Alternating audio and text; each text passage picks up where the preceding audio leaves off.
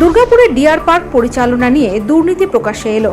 অভিযোগ, কোনো রকম টেন্ডার না করে 3 মাসের জন্য রিটেন এগ্রিমেন্ট করে ব্লু বেল নামে একটি বেসরকারি সংস্থাকে পার্ক পরিচালনার দায়িত্ব দেওয়া হয়েছে।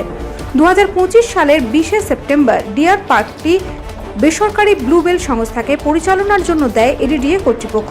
অভিযোগ, এডিডিএর তৎকালীন চেয়ারম্যান কবি দত্ত শুধুমাত্র ভালো সম্পর্কের খাতিরে টেন্ডার না করে ব্লু বেল সংস্থাকে 3 মাসের জন্য পার্ক পরিচালনার দায়িত্ব দেয়।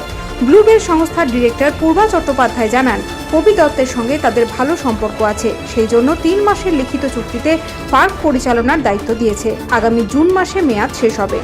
টেন্ডার না করে শুধুমাত্র ভালো সম্পর্কের খাতিরে কোনো সরকারি সম্পত্তি কি কোনো বেসরকারি সংস্থাকে পরিচালনার জন্য দেওয়া যায়? এই প্রশ্নের কোনো সদুত্তর মেলেনি।